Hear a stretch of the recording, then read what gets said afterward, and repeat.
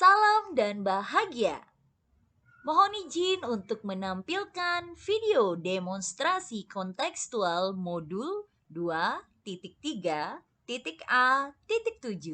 di mana kali ini saya akan melakukan pendampingan murid dengan pendekatan coaching dalam model Tirta di komunitas sekolah saya.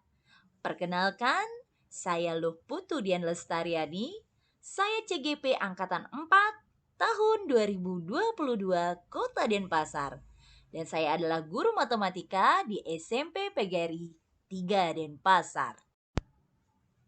Dan selanjutnya, selama pembelajaran di CGP Angkatan 4, saya didampingi oleh Ibu Fasilitator luar biasa Bunda Titik Indrayati. Dan untuk pengajar praktek saya adalah Bunda Desa Ketut Caturwangi. Luar biasa, saya didampingi oleh fasilitator. Begitu juga pengajar praktek yang begitu sabar dalam membimbing dan menuntun saya, sehingga terciptalah video coaching kali ini. Dan saat praktek coaching, saya berduet sama siswa saya di kelas 7A, di mana saya sebagai coach, saya Budian, dan coach saya ini adalah ketua kelas saya di kelas 7A. Nama siswa saya adalah Diah. Mari kita saksikan praktik coaching kali ini.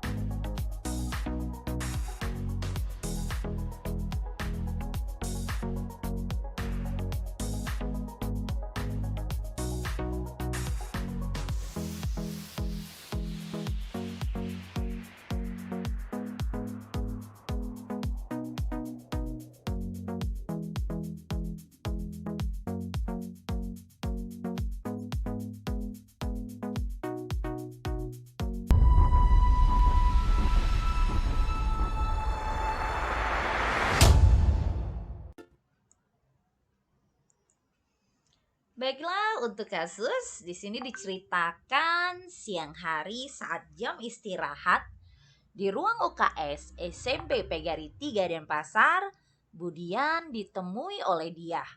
Diah ini adalah ketua kelas 7A di SMP PGRI 3 Denpasar. Dia meminta waktu kepada Budian untuk mencurahkan permasalahan yang dihadapinya. Dia ingin mundur dari ketua kelas karena merasa gagal membuat teman-teman di kelasnya dia untuk kembali aktif saat proses pembelajaran luring.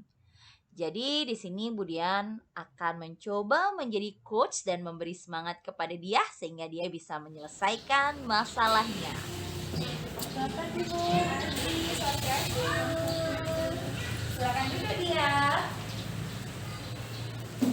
Halo, apa kabar dia hari ini? Gimana, ada yang bisa dia bantu? Jadi yang mau curhat sedikit. Curhat? Tentang apa? Tentang teman-teman. Ini ada masalah? Ya, teman-temannya nggak mau aktif gitu Bu. Gak mau aktif? Jadi kan dari kelas kelas. Jadi besok sih yang dikejar kan itu Natal. Nah kurang aktifnya kelas 7A. Kemarin beda dengan lain. Jadi boleh nggak dia mundur dari ketua kelas? Waduh, sayang sekali nak. Kenapa dia mau mundur? Jadi dia itu takut Bu, kalau nanti gagal deketin teman-teman yang nggak seperti itu juga, jadi dia mau deketin kelas sama. Jadi kan dia ini ketua kelas, Ya. jadi dia itu merasa kurang bisa memotivasikan teman-teman karena dia merasa beda banget tuh suasananya dari luring. Yang beda apanya nak? Beda aktifnya Bu, nggak ada seru-serunya gitu luringnya, semua diam aja.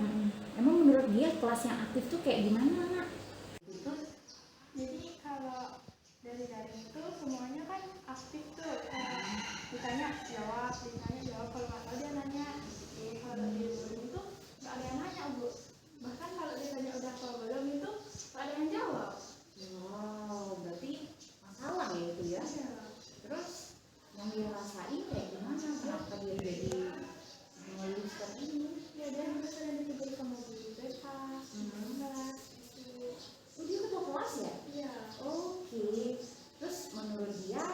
kira-kira apa sih yang akan dia lakukan nih buat bikin teman-teman dia aktif lagi? Dia mendekati teman-teman, ngajak mereka ngomong gitu biar dia akrab gitu, terus wali kelas sama guru BK. Wow, keren tuh langkah yang dia mau jalankan. Tapi sekarang langkah pertama, tadi kan dia mau bilang mau ngobrol nih sama teman-teman. Kira-kira siapa yang mau diajak ngobrol duluan? Yang terdekat Bu. Jadi dia mau mulai langkah pertama seperti itu ya. Oke, jadi Budian harap dia tetap optimis ya. Dia pasti bisa. Karena yang Budian dengar dia udah punya rencana aksi. Tapi sekarang yang Budian tanyakan kira-kira yang akan Budian tanyakan ke guru BK dan wali kelas seperti apa? Dia takut Bu kalau rencana teman-teman itu gagal, jadi dia harus dengan guru BK sama wali kelas biar dapat masukan dan langkah yang dia lakukan selanjutnya. Wow, berarti dia udah punya plan B juga ya dengan dia sudah berpikir. Tapi Budian harap dia harus yakin dulu, karena Budian merasa sekarang yang dia rasakan apa sih potensi yang dia punya. Karena dia udah jadi ketua kelas nih, kira-kira apa yang dia punya kekuatannya sehingga bisa mendekati teman-teman. Semuanya kayak di daring itu semuanya angkat tangan untuk berebutan jawabnya Bu. Oh, di grup ya? Iya. Heboh ya? Iya. Kalau di luring itu nggak ada angkat tangan sama sekali Bu. Oh, karena itu dia ditegur Iya. sama guru kelas. Terus menurut dia sebagai seorang ketua kelas nih, apa sih kelebihan yang dia miliki sehingga dia bisa ditunjuk nih jadi ketua kelas? Jadi abis itu dia itu bisa mulai bergaul gitu Bu. Tapi ini nggak bisa bergaul temannya. Waduh. Nah, sekarang nih kira-kira menurut dia apa sih rencana yang dia ingin lakukan untuk membuat oke yuk teman-teman bisa aktif lagi? Kira-kira langkah apa yang mau dia ambil? Dia maunya ngajak teman-teman ngomong kayak gimana sih kendala kalian gitu. Tapi teman-temannya tetap aja seperti itu Bu. Oh, berarti langkah selanjutnya dia mau ngapain? Jika itu gagal ya, tadi dia udah ngobrol dan ternyata dia merasakan masih terkendala. Langkah yang akan dia ambil selanjutnya kira-kira dia mau ngapain? Mungkin dia bakal coba dapetin wali kelas sama guru BK. Wow, luar biasa. Terus apa yang akan dia tanyakan ke wali kelas atau ke guru BK tersebut? Dia bakal nanya gimana caranya biar kelas 7A itu bisa ramai seperti di daring Bu. Jadi biar ada masukan gitu. Luar biasa nih langkah yang sudah dia akan ambil. Nah, sekarang udah dia punya langkah yang luar biasa. Sekarang dia harus yakin dia pasti bisa. Itu yang pertama harus dia yakini. Berarti untuk ke depan dia kira-kira sudah bikin nggak schedule atau rencananya yang ke depan? Maunya ngobrol sama siapa dulu? Teman-teman Siapa aja tuh? yang terdekat saja Bu. Oh, dia mau mulai dari yang terdekat. Iya. Oke, luar biasa. Jadi Budian tunggu bagaimana dia mengeksekusi langkah yang sudah dia susun. Nanti dia ceritakan lagi ke Budian kalau dia mengalami kendala. Yakin dulu ya. Iya Bu. Berarti sekarang dia udah yakin belum? Berarti nggak jadi mundur ya jadi keluar kelas. Siap? Siap. Oke, luar biasa. Nanti kalau dia mengalami kendala dia jangan takut cerita sama Budian ya. Oke, semangat dia. Iya. Kemudian udah dengerin dia curhat, senang sekali sama Budian Wah, curhatnya. sama-sama sayang. Sekarang dia bakal ngajak teman untuk ngobrol kenapa kendalanya bisa seperti itu. Lalu kalau dia kurang apa-apa dia cari Budian aja buat nanya gimana cara ngomong sama wali kelas sama guru BK juga. Siap, nanti Budian temenin. Semangat ya sayang ya, sukses untuk dia. Ketua kelas keren.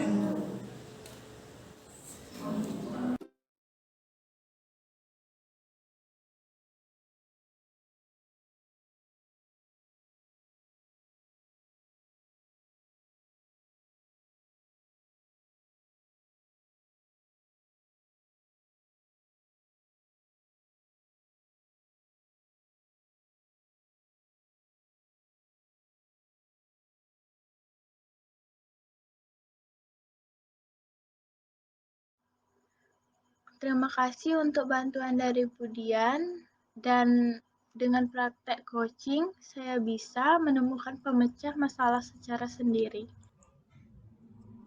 Coaching membantu menemukan hal baik, terutama dalam meningkatkan kualitas berkomunikasi. Karena tujuan coaching untuk menggali potensi coach agar dapat menyelesaikan masalahnya dengan kompetensi yang dimiliki dalam dirinya, seperti praktek yang tadi dijalankan dengan murid. Dan seperti kita ketahui, coaching adalah sebuah percakapan dialog saat seorang berinteraksi dalam sebuah komunikasi yang dinamis, di mana untuk mencapai tujuan, meningkatkan kinerja, dan menuntun seseorang mencapai keberhasilan. Interaksi inilah yang penting dijalin antara coach dan juga coachee saat berdialog. Coaching dalam konteks pendidikan ini menjadi salah satu proses menuntun belajar murid untuk mencapai kekuatan kodratnya. Sebagai seorang pamong, guru dapat memberikan tuntunan melalui pertanyaan-pertanyaan reflektif dan efektif agar kekuatan kodrat anak terpancar dari dirinya. Jadi, mari kita membangun dengan pertanyaan terbuka untuk menggali potensi murid. Dan kali ini terkait tuturi Handayani Mindset, yang pertama kita akan bahas terkait murid adalah mitra belajar. Di mana kita memberi apresiasi kepada murid sebagai mitra belajar. Guru sejatinya memiliki sebuah cara berpikir bahwa dalam proses coaching, keduanya memiliki kesepahaman. Dan selanjutnya poin kedua ada emansipatif. Di sini proses coaching membuka ruang emansipatif bagi guru dan siswa untuk merefleksikan kebebasan mereka melalui kesepakatan dan juga pengakuan bersama. Yang ketiga, kasih dan persaudaraan. Proses coaching sebagai sebuah latihan menguatkan semangat, di mana tuturi Handayani itu sudah pasti mengikuti atau mendampingi, mendorong kekuatan kodrat murid secara holistik berdasarkan cinta kasih dan persaudaraan tanpa pamrih, tanpa keinginan menguasai, dan murid adalah seorang manusia yang memiliki kebebasan untuk mendapatkan cinta kasih. Dan selanjutnya yang keempat, adanya ruang penterjumpaan pribadi, di mana proses coaching merupakan sebuah ruang perjumpaan pribadi antara guru dan murid, sehingga keduanya membangun rasa percaya dalam kebebasan masing-masing. Jadi kebebasan akan tercipta melalui pertanyaan-pertanyaan reflektif.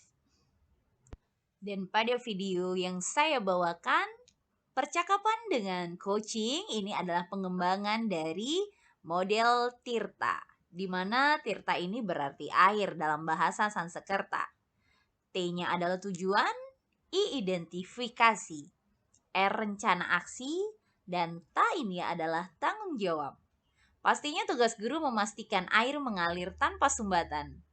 Dan coaching alatnya untuk menyingkirkan sumbatan. Baiklah, untuk model Tirta di saat tujuan, ini kita wajib mengetahui fokus tujuan sesi saat coaching ini berlangsung. Dan di identifikasi, kita membuat pertanyaan terbuka untuk menggali permasalahan siswa kita.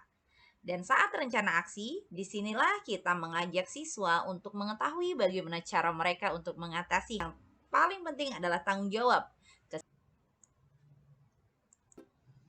Salam dan bahagia.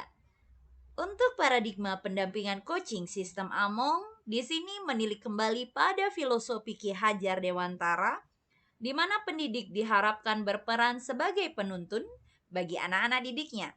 Maka kita bersama perlu memahami proses pendekatan komunikasi coaching ini agar selaras dengan proses Among yang kita hadapi dalam keseharian sebagai pendidik. Pendampingan yang kita lakukan bagi anak-anak didik kita seyogyanya memberikan arti dalam proses tumbuh kembang sehingga para coachee mengalami proses yang bermakna dalam setiap langkah Tirta yang dijalani dan potensi mereka tergali optimal. Dan arti paradigma pendampingan coaching sistem Among, yang pertama apresiasi. Di sini dalam proses coaching, seorang coach Diperlukan memposisikan coach sebagai mitra dan menghormati setiap apa yang dikomunikasikannya. Dan di rencana, itu setiap proses pendidikan yang kita rancang pastilah bertujuan untuk mencapai sesuatu. Begitu pula dengan coaching dan tulus. Di sini tulus artinya adalah pada saat coaching, seorang coach itu hendaknya tulus memberikan waktu dan diri seutuhnya dalam melakukan proses coaching tersebut. Dan inquiry, dalam proses coaching, seorang coach menuntun para coach agar menggali dan memetakan situasinya sehingga menghasilkan pemikiran atau ide-ide baru atas situasi yang sedang dihadapi. Proses coaching menekankan pada proses inquiry, yaitu kekuatan efektif mengaktifkan kemampuan berpikir reflektif para murid dan keterampilan bertanya mereka dalam pencarian makna dan jawaban atas situasi atau fenomena yang mereka hadapi atau mereka jalani. Dan di sini ada komunikasi yang memberdayakan. Ada komunikasi asertif di mana dalam memahami gaya komunikasi manusia, kita juga perlu membangun relasi. Kita munculkan rasa nyaman dan percaya. Menyamakan posisi diri dengan lawan bicara, dan pastinya kita harus membangun respect. Selanjutnya yang kedua, setelah itu kita menjadi pendengar aktif. Di mana kita mendengar versus mendengarkan. Dan selanjutnya untuk pendengar aktif, mendengarkan itu mengandung arti menghadirkan diri kita secara seutuhnya. Lalu selanjutnya di sini mendengarkan untuk memahami. Di sini pastinya harus bebas dari ikatan atau belenggu. Dan yang ketiga bertanya efektif. Jadi buatlah pertanyaan terbuka, fokus pada tujuan, reflektif, mengukur pemahaman, eksplorasi, dan aksi. Lalu terkadang kita harus mempelajari cara bertanya. Mungkin pertanyaannya yang biasa terjadi, sering sekali orang menanyakan, "Kenapa kamu tidak mengerjakan tugas?" Jadi selanjutnya pertanyaan itu bisa kita rubah dengan konsep apa saja yang dapat membantu kamu agar bisa mengerjakan tugas. Jadi pertanyaan itu adalah berfokus pada perbaikan. Dan ada juga sih pertanyaan yang biasanya muncul, mengapa kamu mengumpulkan tugas terlambat? Nah, sekarang kita bisa rubah. Kita buat pertanyaan, apa yang perlu kamu lakukan agar kamu bisa mengumpulkan tugas tepat waktu? Dan ada satu contoh juga sering sekali terlontar. Bagaimana kamu mengatasi rasa malas? Sekarang kita coba ganti dengan ceritakan kapan kamu merasa antusias melakukan sesuatu. Bagaimana situasi saat itu? Apakah cara yang kamu gunakan saat itu membantu kamu mengatasi rasa malas yang saat ini kamu rasakan? Yakin deh para murid akan lebih menjawab dengan bagaimana proses yang seharusnya mereka katakan. Jadi isi hatinya akan lebih terbuka apabila kita menggunakan cara bertanya yang fokus kepada perbaikan. Dan selanjutnya yang keempat, ada umpan balik positif. Di mana dalam umpan balik positif ini kita harus mengadakan komunikasi yang memberdayakan. Jadi jangan pernah menjudge hasil jawaban dari siswa itu salah. Tapi kita berikan apresiasi positif agar mereka merasa nyaman. Lalu mereka akan lebih terbuka sehingga percakapan dalam proses coaching ini akan menjadi lebih baik tujuannya. Dan selanjutnya kita juga melihat saat berkomunikasi, itu kita juga melihat tahapan usia siswa. Kita harus menciptakan suasana percaya. Tiap siswa itu kan mempunyai fase yang berbeda.